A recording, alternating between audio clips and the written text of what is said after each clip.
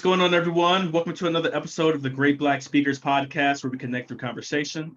I am your host, Lawrence Watkins. I'm the founder and CEO of Great Black Speakers Bureau. I'm also the president and chief operating officer of the Black Business School.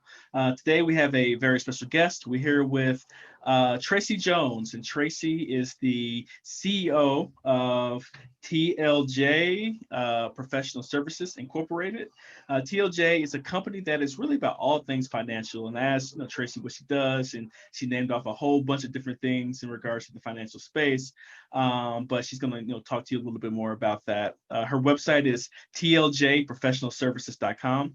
That's tljprofessionalservices.com. And today we're talking about how business owners can properly structure their business from the beginning to really save on taxes and I guess, be in a position to grow from day one. So, Tracy, how are you doing today? I am wonderful. Thank you for having me. It is my pleasure. So, for the audience that doesn't know much about TLJ, can you tell them a little bit more about what you do and how you've gotten to this point in your career? Yes, professional services. We work with small businesses and entrepreneurs in their first years of business. We work with all levels of business, but we like to work with them to make sure that they're properly structured to optimize their taxes. So to get set up correctly from the beginning, then all the way through tax prep. So we're hands on with our clients, but we offer bookkeeping, accounting. We do taxes for business and individuals. We do life and health insurance for business and individuals in California, Nevada, Illinois, Texas, Maryland, and Massachusetts, so far, Kentucky. Um, but I can get licensed anywhere. We also do the business formation, business coaching, and then business funding for well-established businesses. Okay, and how did you get into this field and actually start having your own business? So I have a master's in business, a master's in accounting, a master's in public administration, and have over 35 years experience in business accounting and taxes. So I got started straight out of high school in the accounting field. I loved math, and I figured, what profession actually had math. Um, so I dove right into the accounting field, and I've been doing accounting ever since, as well as business. So my bachelor's is in business as well. Um, and I always had my bookkeeping, or I started my bookkeeping job or business, I should say, Tracy Tate Bookkeeping in 2003. And as I added like life insurance and business coaching, retirement planning, I we incorporated in 2014. So I got started in the space, you know, just helping small businesses. Even in my career of over 35 years, I've always worked with like startups and businesses that's just getting started, and being part of that foundation to help them grow. So making sure again that their business is structured correctly, making sure that their bookkeeping is correct and accounted for, all their transactions are accounted for, because that's pivotal in growing your business. Whether it's from getting money lended to you, to really knowing where your money is being spent, if you're overspending in some areas, because of course there's industry averages that you can expect, or benchmark averages with the numbers. But a lot of small businesses, they try to do everything themselves because of finances, and they really don't know where their business is. I've seen businesses give up too early because they really didn't have the knowledge to know that their business was actually worth something by not knowing the numbers, right? And then I have others that's overspending because they don't know that they're overspending in that area, type thing. So that's interesting in terms of businesses giving up too early because they don't know what their numbers are. So, can you tell the audience, if they are starting a new business and just have a small business, what numbers should they really be looking at in terms of is this a viable company that I've started? So you definitely should be looking at your KPIs. Part of what you want to monitor is like um, there's so many what you call that,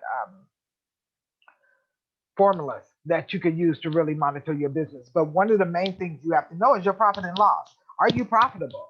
It's as simple as that as a key to know whether or not you should stay in business, because a lot of these small businesses, they know that they have money coming in, they know that there's money going out, but not looking at the percentages of spend against that income could be vital. Like I work with a company for a couple of years now, but when I first working with them, they were overspending on their cost of goods sold with their restaurant, but they were going to the store every single day instead of buying in bulk and getting, wholesale discounts and stuff like that. So that was one of the pivotal things. Just looking at that percentage against their income, it was way too high. It should have been in the low 20s, and they were in the almost 40. So that was too much. And then also with wages or payroll, what you can expect to spend around payroll.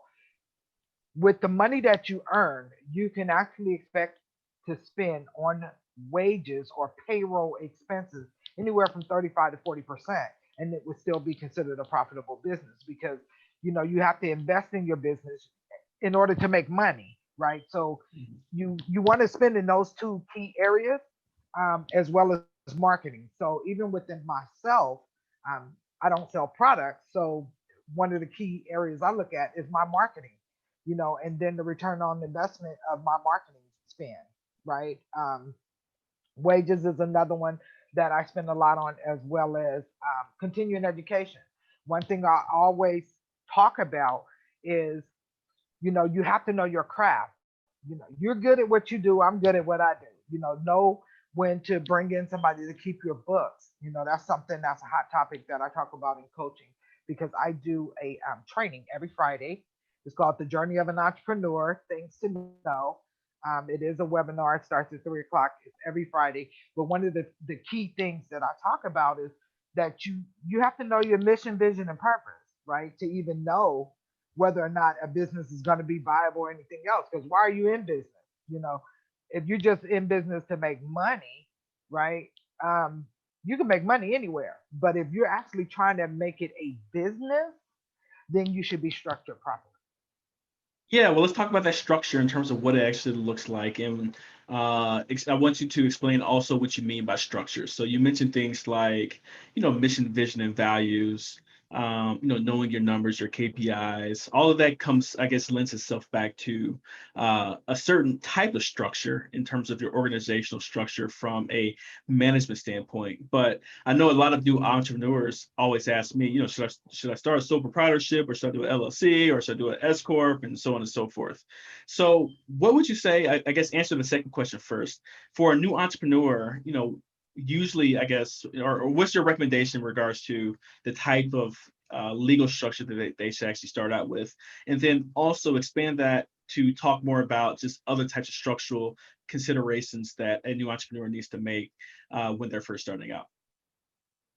So first and foremost, start with the end in mind. So that's part of that mission, vision, and purpose, right?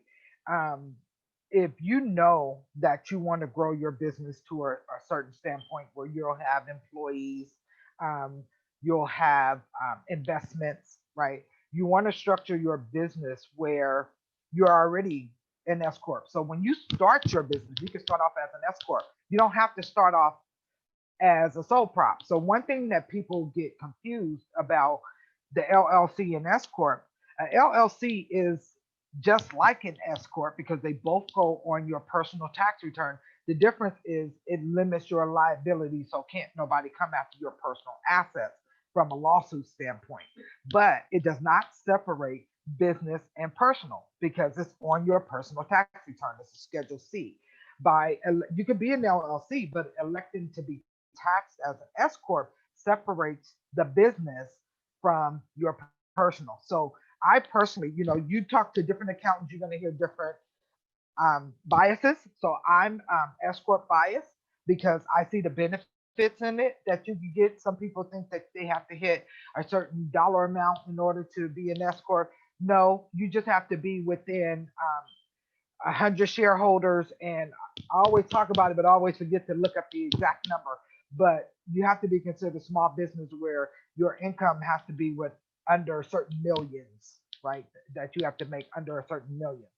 Um, but you could start off in the right structure from the start. Now, some people get confused like, oh, this entity, let's say it's a beauty salon, they're sole prop, so I have to be a sole prop. No, it doesn't work like that. It's all about your vision for your company. Because again, you could start off being an S Corp if you know that you want to not only have a beauty salon, but you also want to own the property. You also want to sell merchandise. You want to, you know what I'm saying? Your vision and mission is going to be way bigger than just doing hair, right? If you're going to do a beauty salon with that, things like that. So you want to structure yourself properly from not just a tax advantage standpoint, but also from a growth standpoint, right? So as a sole prop, you're limited to certain things. This is something I talked about. I have a tax tip Tuesday on Tuesdays and all about things financial on Wednesdays.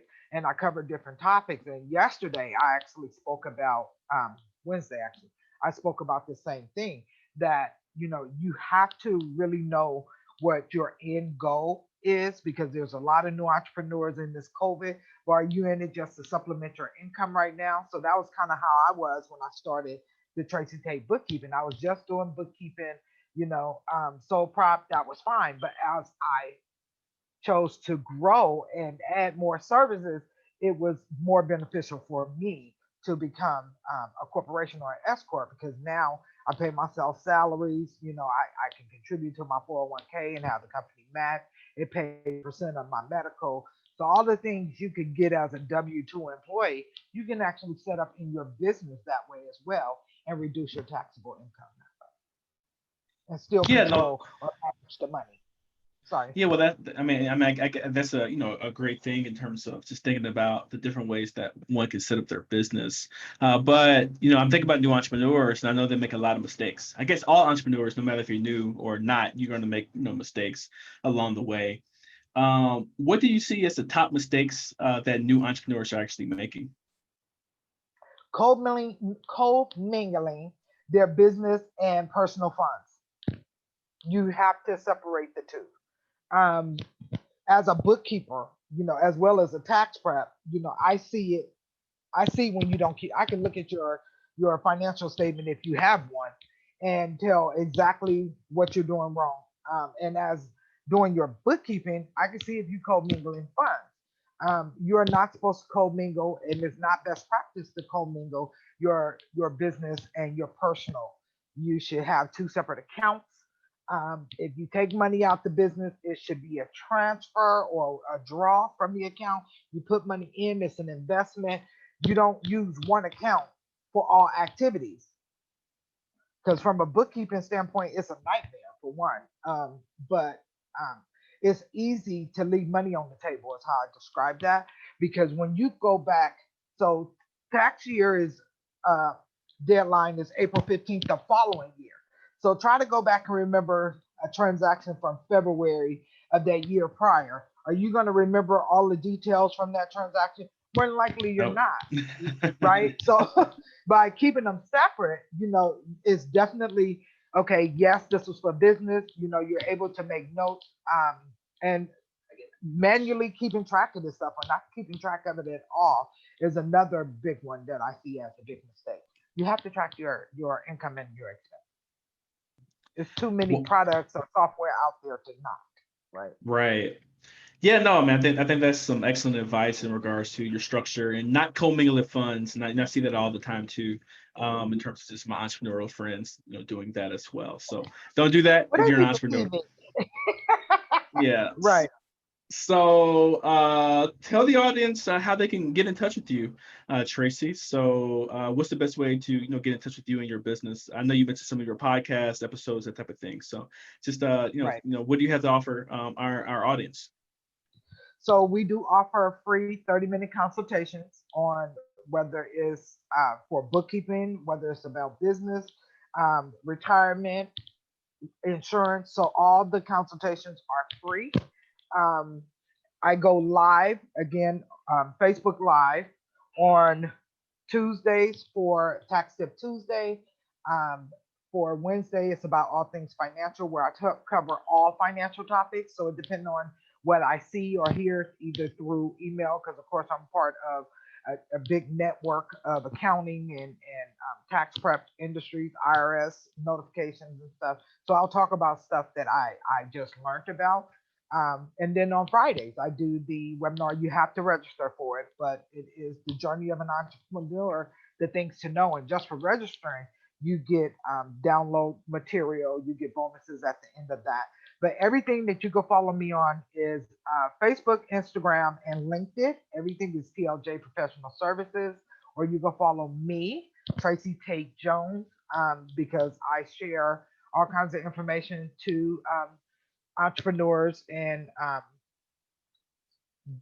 entrepreneurs and small business so that they can know things, right? Because a lot of people feel like, okay, well, I can't afford for somebody else to do my book. But honestly, if you're doing them yourself, you're already overpaying in taxes because you don't know what you're doing, number one. And then what you provide to your tax person, unless, and that's something else I advise on, always be consistent with your tax preparer because they'll remember things that you may forget year after year after year. So like when my clients give me their tax docs, I'll know if they're missing a doc, because they come to me year after year after year. So that's another best practice is to use the same tax person. But you have to invest in your business. You have to invest in yourself. No matter what industry you're in, you're gonna have to stay abreast of all of the changes that's going on in your industry. You're gonna have to know any new regulations or laws, all of that stuff. So my biggest advice I give to all entrepreneurs is study your craft and you never stop studying your craft. Outsource what you don't know. Like I outsource everything that don't have to do with the money because I'm a finance person, right? Marketing is not my thing, so I have somebody doing my marketing. My branding and materials and stuff like that. That's handled by somebody else. I know what I'm good at, and I outsource everything else. But the cost that you spend on a bookkeeper will actually save you about that much in the long run. Wonderful, wonderful. Everyone, we're here with Tracy Jones. Tracy is the CEO of TLJ Professional Services. It's a company that helps small business owners, especially new ones, handle all things financial. So you can find out more about her company at tljprofessionalservices.com. That is tljprofessionalservices.com. So Tracy, we've been doing something new on our interviews lately. We've been doing 5 rapid fire questions to end our interviews. So I'm All just going to right, ask you 5 questions and just let me know your answer to each. let's go. All right. What is your favorite business book of all time? My favorite business book. Hmm. Accounting 101. Okay, yeah, that's the first time I've heard that. But that this is everyone who is dedicated to her craft. If Yes. that's her favorite business book of all time.